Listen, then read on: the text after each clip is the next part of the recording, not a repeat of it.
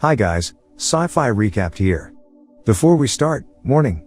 Spoilers ahead. Today, I'm gonna explain a mystery and thriller movie with an interesting plot, called ATM. The movie starts by showing a man named David, who works as a stockbroker. One day, he is too tired and says to one of his friends, Corey, that he wants to go home earlier. Corey doesn't allow him because that day is the last day of their friend, Emily, working in the office. David secretly likes her. In other words, there is no other chance than that day to get closer with her. Corey remembers that tonight there is a Christmas party for all employees. Right in the party, David sees Emily from a distance. He then ventures to approach her alone. Their conversation becomes awkward because he is a person who lacks confidence. As a result, he is left by Emily, who wants to go home. After that, Emily is waiting for a taxi by the side of the road, but David suddenly approaches her again, hoping they can chat longer. Their conversation is so intense, so that Emily misses her taxi and has to wait again. David certainly takes the opportunity to offer her a ride. Luckily, she accepts the offer. David then says to Corey that he wants to take Emily home first. However, Corey, who has no money, takes advantage of the moment to go home with David. Hearing this, David is worried that he would ruin his moment with Emily. He tries to give him some money, but unfortunately he doesn't have any either. They finally go home together.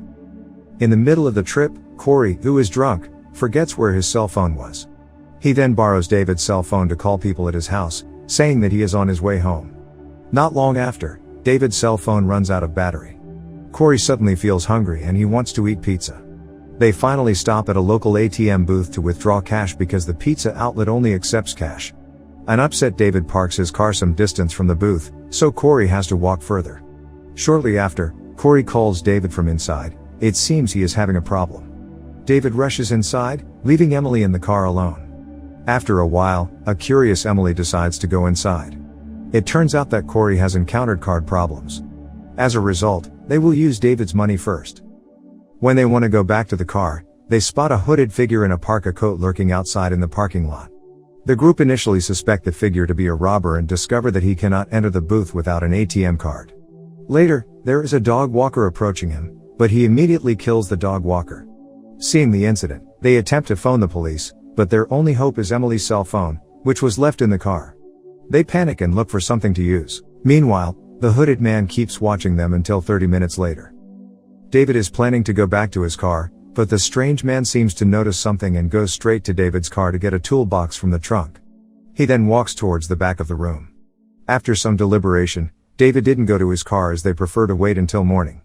The hooded man suddenly shuts down the lights in the booth, including the heater which is meant to keep them cold.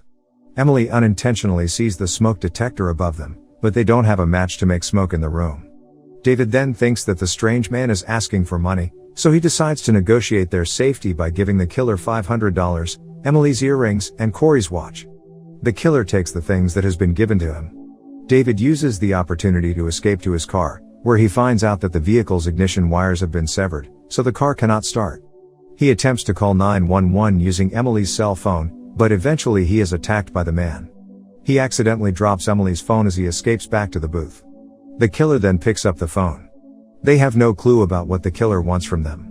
Now, the only thing that Emily has is a lipstick. She desperately uses it to write help on the booth's window to attract attention. In the meantime, the three of them are freezing when suddenly a security guard locates them. When the guard sees a dead body and tries to call the cops, unfortunately the hooded man beats him to death using a tire iron from David's car trunk, causing the three to be shocked. Soon, a man with a similar coat enters the booth. He is immediately killed by David and Corey. When they check his identity card, it is revealed to be only an innocent janitor who cleans the booth every morning. Corey decides to use the coat from the janitor. Feeling frustrated, he chooses to leave from the booth, but sadly he gets caught by the trap and stabbed by the hooded man. The killer starts to walk towards the back and brings a water hose. After several hours, David and Emily accidentally realize that Corey is still alive. They retrieve him from outside, narrowly managing to return to the booth before the hooded man can get to them.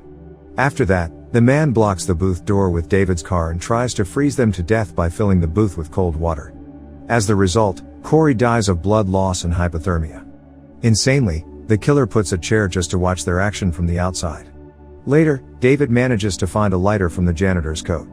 He then lifts Emily on his shoulders to trigger the fire sprinkler system alarm, But sadly he slips, causing Emily to fall and fatally break her neck.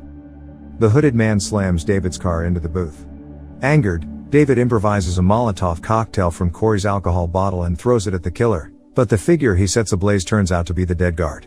At the end, the police arrive to arrest David as the hooded man hides himself in the crowd.